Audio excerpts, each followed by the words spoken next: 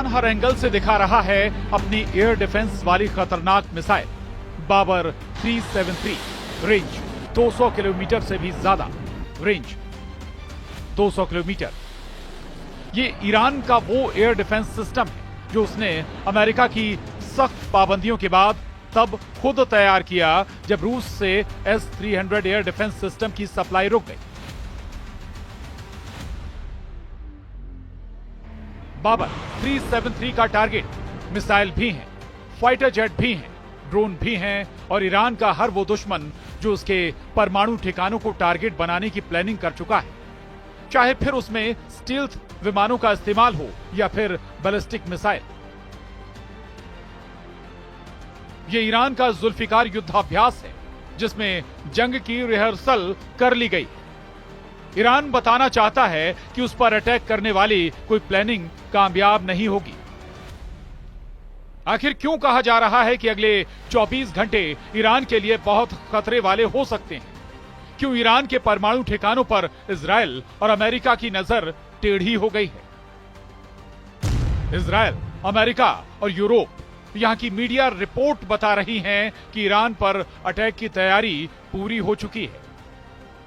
Iran के परमाणु ठिकानों पर किसी भी वक्त हमला हो सकता है और खामनेई के कमांडर अब किसी भी अटैक को नाकाम करने के लिए पूरी तरह तैयार है।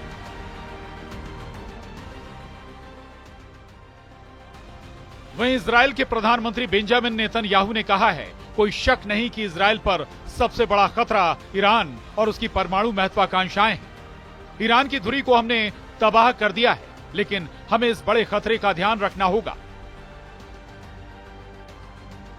इजराइल से बार बार आ रही धमकियां ईरान को परेशान कर रही हैं। यही वजह है कि 2025 के पहले 2 महीनों में ईरान ने अपनी पूरी ताकत झोंक दी है। जनवरी में इक्तेदार और फरवरी में जुल्फिकार, ये दोनों युद्धाभ्यास इस वक्त ईरान की फायर पावर का सबसे बड़ा शो बन चुके हैं। पहले जनवरी में 4 युद्धाभ्यास और अब फरवरी में भी ईरान की बंदूक से धुआं निकल रहा है।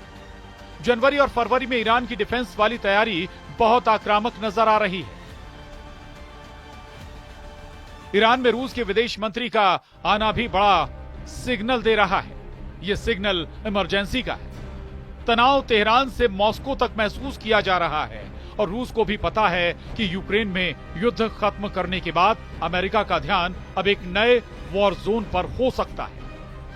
रूस के विदेश मंत्री से मिलकर ईरान के विदेश मंत्री ने साफ कर दिया है कि वो रूस और चीन के संपर्क में है। ईरान के विदेश मंत्री अब्बास अराक्ची ने अपने एक बयान में कहा, परमाणु मुद्दे को लेकर हम रूस और चीन में अपने दोस्तों से बातचीत के बाद आगे बढ़ेंगे।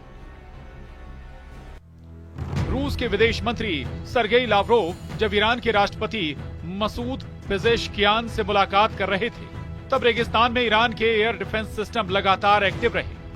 ईरान बताना चाहता है कि रूस के साथ मिलकर वो किसी भी हालात के लिए खुद को तैयार कर चुका है और उसकी रेंज में इजराइल और अमेरिका का हर अड्डा है।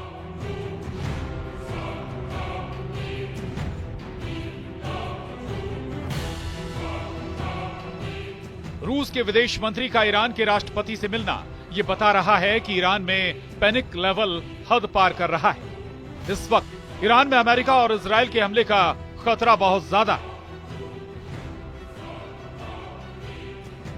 इधर इजराइल के पीएम बेंजामिन नेतन्याहू ने कहा, ईरान से सबसे बड़ा खतरा यह है कि वो परमाणु हथियार हासिल कर लेगा। तेहरान, इस्फहान, किरमान, शिराज, कूम, बुशहर और यज़्द इस वक्त ईरान के 25 शहरों में ऐसा अलर्ट है। इस खौफ से पार पाने के लिए ईरान ने जनवरी में ही अपनी फोर्स को सबसे बड़े युद्ध के लिए तैयार कर लिया। ईरान की स्पेशल फोर्स भी तैयार है। इजराइल और अमेरिका से खतरा आसमान की तरफ से आएगा, ये ईरान का हर शख्स जानता है। यही वजह है कि ईरान ने अपनी एयर डिफेंस ब्रिगेड को चौकन्ना कर दिया है। इस बीच ईरान के विदेश मंत्री अब्बास अराक्ची का एक और बड़ा बयान सामने आया है। उन्होंने कहा, ईरान के परमाणु मुद्दे पर बातचीत को लेकर ईरान का रुख साफ है। हम दबाव, धमकियों या पाबंदियों के तहत बातचीत नहीं करेंगे जब तक अमेरिका ईरान पर दबाव बनाना जारी रखेगा। दोनों देशों के बीच सीधी बातचीत मुमकिन नहीं है।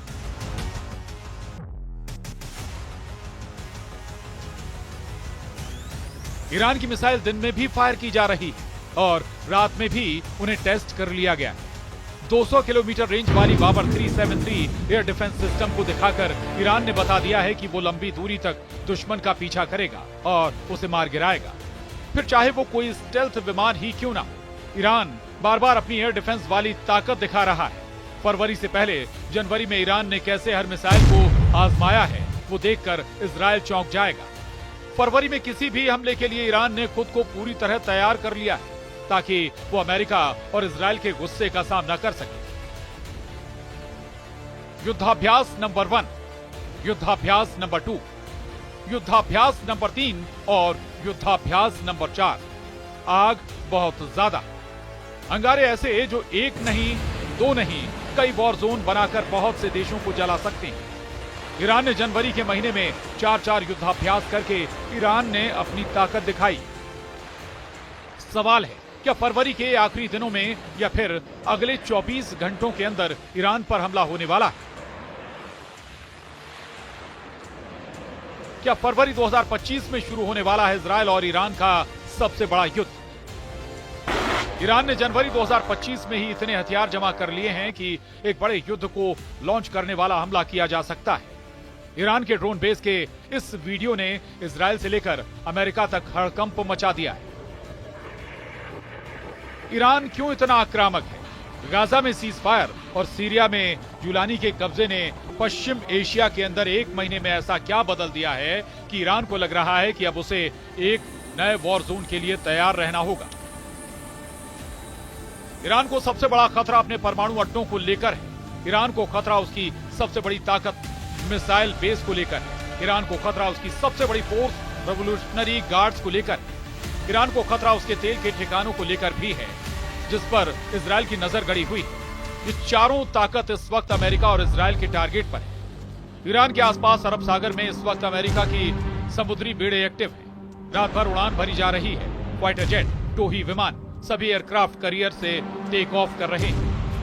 आखिर अमेरिका को ईरान से कौन सा इशारा मिला है जिसके बाद अमेरिका की नौसेना और उसके फाइटर जेट इतने एक्टिव हो गए? इसलिए अगर किसी को लग रहा है कि गाजा में सीज फायर से युद्ध रुक जाएगा या लेबनान में युद्ध विराम से जंग रुक जाएगी, लाल सागर में इजराइल और अमेरिका के जहाजों पर हमले खत्म हो जाएंगे, तो ईरान की नई तैयारी वो गलतफहमी दूर कर देगी।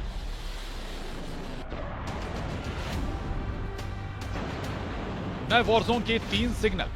पहला सिग्नल, ईरान के अंडरग्राउंड मिसाइल बेस जिसका वीडियो ईरान बार बार दिखाता रहा है।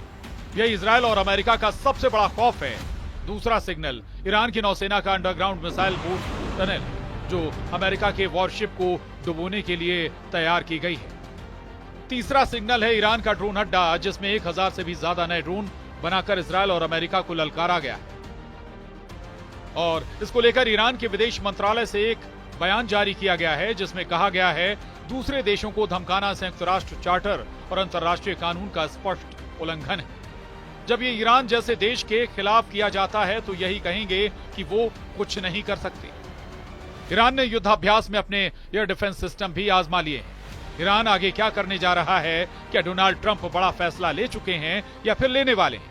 ईरान बार बार कह रहा है कि इजराइल पर उसका तीसरा हमला यानी ऑपरेशन 2 प्रॉमिस 3 जरूर होगा और बहुत घातक होगा और इजराइल पछताएगा कि उसने ईरान पर हमला क्यों किया।